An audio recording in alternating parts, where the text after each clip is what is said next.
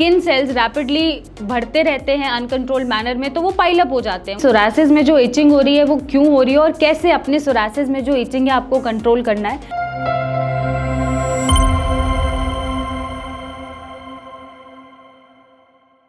Hello and नमस्कार everyone. इस video में आज हम जानने आए हैं कि सोरासिस में जो इचिंग हो रही है वो क्यों हो रही है और कैसे अपने सोरासिस में जो इचिंग है आपको कंट्रोल करना है।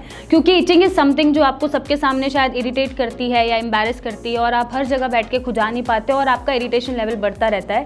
ऐसे में इचिंग से छुटकारा पाने के लिए आपको कुछ चीज़ें फॉलो करनी है जिसके बारे में हम बात करेंगे।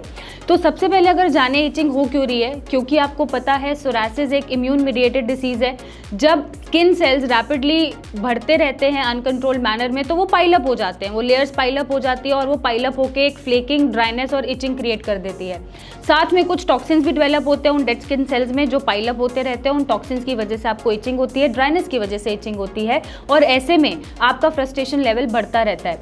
तो इचिंग को कंट्रोल करने के लिए सबसे पहले आपको क्या करना है, अपने डाइट में कुछ चेंजेस करने हैं। जैसे आप बहुत ज़्यादा खट्टी चीज़ें, एनिमल प्रोटीन जिसमें नॉनवेज है, दूध से बनी चीज़ें, बहुत ज़्यादा मिर्ची मसाले, तली भुनी चीज़ें, नमक का सेवन ज़्यादा नहीं करेंगे। तो ये डाइट में मॉडिफिकेशंस करते ही आपकी इचिंग थोड़ी रिड्यूस होने लग जाती है।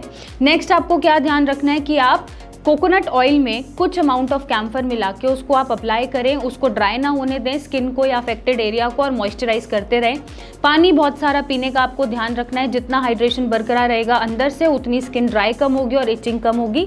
नेक्स्ट आपको ध्यान रखना है कि आप एप्सम सॉल्ट वीक में 2 से 3 बार उसको डाल के पानी में नहा सकते हैं। आप अपनी बकेट में नहाते टाइम कुछ अमाउंट ऑफ एप्सम सॉल्ट डालिए, मे बी हाफ स्पून आप डाल सकते हैं।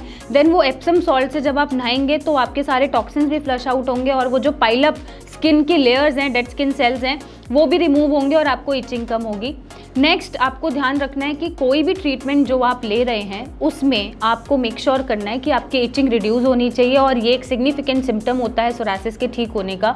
और अगर उस ट्रीटमेंट के दौरान इचिंग ठीक नहीं हो रही है तो आपको ट्रीटमेंट बदलने की ज़रूरत है। नेक्स्ट आपको ये ध्यान रखना है कि कुछ ब्लड रिपोर्ट्स होती हैं जिनकी डेफिशिएंसी की वजह से या लेवल्स कम होने की वजह से भी इचिंग ज़्यादा होती है। तो आपको क्या ध्यान रखना है, आपका विटामिन डी पूरा होना चाहिए, विटामिन B12 और आयरन पूरा होना चाहिए। अगर ये तीनों चीज़ें कम हैं, डेफिशिएंट है अपने नॉर्मल अमाउंट से, तो भी इचिंग ज़्यादा हो सकती है।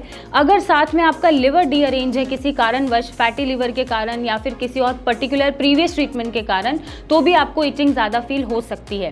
तो अगर ये रिपोर्ट्स नॉर्मल हो जाती हैं, लेवल्स ठीक हो जाते हैं, तो आपकी इचिंग भी कम होना शुरू हो जाती है। और ऑलवेज मेक श्योर कि आप अपनी स्किन को ड्राई ना होने दें, हाइड्रेटेड रखें, मॉइस्चराइज रखें, ताकि इचिंग जो हो रही है ड्राइनेस की वजह से वो ना हो। साथ ही साथ आपको स्ट्रेस कम लेना है, कुछ हेल्दी हैबिट्स फॉलो करनी है, जैसे ब्रीदिंग एक्सरसाइजेज आप फॉलो कर सकते हैं, आपका फ्रस्ट्रेशन लेवल कम करेगा। साथ में ट्रीटमेंट तो अच्छा लेना ही है और इन मॉडिफिकेशंस और इन सारी चीज़ों को यूज़ करके आप अपनी इचिंग को ख़त्म कर सकते हैं, अपनी इरिटेशन को कम कर सकते हैं और अपने सोरासिस को भी कम कर सकते हैं। आप चाहें तो सिया का जो हमारा सोरिया केयर किट है उसका बॉडी वॉश और लोशन यूज़ कर सकते हैं, जो इचिंग, रेडनेस, ड्राइनेस से आपको तुरंत छुटकारा दे देगा। फर्स्ट वॉश से अच्छा लगेगा और आपकी स्किन, आपकी जो ड्रीमी स्किन आप चाहते हैं वो आपको मिलेगी और आपकी स्किन एकदम नॉर्मल लगेगी। कोई भी चीज़ जानना चाहते हैं तो आप सिया से जुड़ सकते हैं और अपने सोरासिस को ख़त्म कर सकते हैं। Thank you and take care.